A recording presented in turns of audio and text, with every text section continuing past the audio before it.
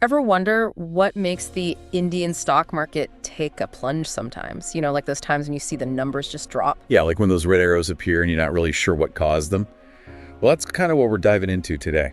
It's fascinating, right? Like what really shakes things up. So today, we're looking back at some big market falls in India, throughout history, trying to figure out the why, like what really triggered those drops. Yeah, because if you can kind of get a handle on those historical patterns, then you can start to see the forces at play, right? Both the stuff happening within India and the global stuff that impacts it. Absolutely. Let's jump right in.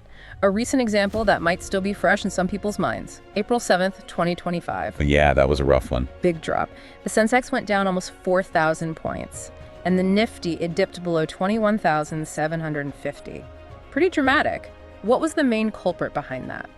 Well, it was largely triggered by those tariffs that the U.S. president, put into place. Yeah. And that move sparked a lot of concern, a lot of fear about a potential trade war, a global one. Right. And so why would a trade war, even if it's, centered around the U.S., why would that rattle the Indian market specifically? Well, think about it. Tariffs, they mess with the flow of goods between countries. And that disruption, well, it had everyone worried that global trade would take a massive hit. And India, with its, substantial export sector, they'd obviously feel the pain too. So investors get nervous. Right. Uncertainty makes them jumpy. They start selling, looking for safer places to park their money, and that selling frenzy, well, that pushes the market down. Makes sense. It's all connected. Speaking of global interconnectedness, let's rewind a bit further, back to 2008. The global financial crisis. That was like a tidal wave, right? It felt like it just swept over the entire world. Yeah, no kidding. It really did. And that whole thing, it all started with the collapse of the U.S. housing market. And then you had these major financial institutions just crumbling. Yeah. And the thing about global financial systems is they're so intertwined. A big shock in the U.S., like that one, well, it sends ripples everywhere. So even though the epicenter was way over there across the globe, India still got hit hard. Oh, yeah, definitely. The key takeaway there is that when a giant economy like the U.S. goes through something that intense, it sets off this chain reaction. Investor confidence just evaporates, and markets all over the world, including India, start to wobble. Right. Makes you realize just how interconnected everything is.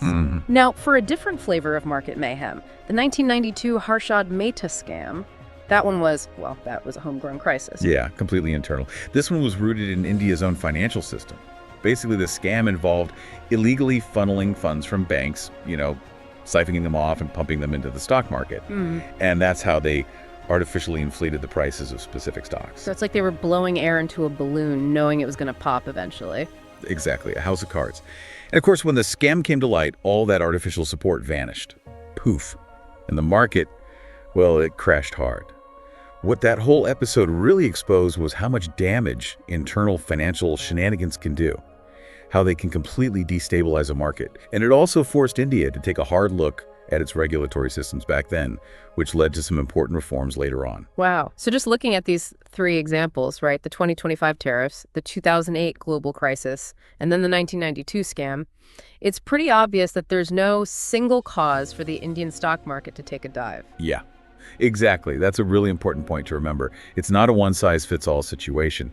We've seen global economic turmoil, originating elsewhere have a huge impact. We've seen domestic policy shifts create international waves. And then we've seen how internal, financial manipulation can cause those localized crashes. So what's the big takeaway here for our listeners? What can we learn from these historical examples? Well, I think looking back like this gives you a really valuable perspective on potential future vulnerabilities in the market. It shows you how different events like, global economic shocks, policy changes, internal financial risks, they can all trigger significant market movements. It helps you understand the landscape better. It's like having a map, right? Knowing the terrain. Yeah. So we've seen how global events, what governments do, and even issues within the financial system itself, they can all contribute to those market downturns. Right. And I think the bottom line is this. The Indian stock market, it's this super complex web of forces, some pushing from within, some pulling from outside its borders. So given all that, all those different triggers we've talked about, global economics, policy decisions, the possibility of,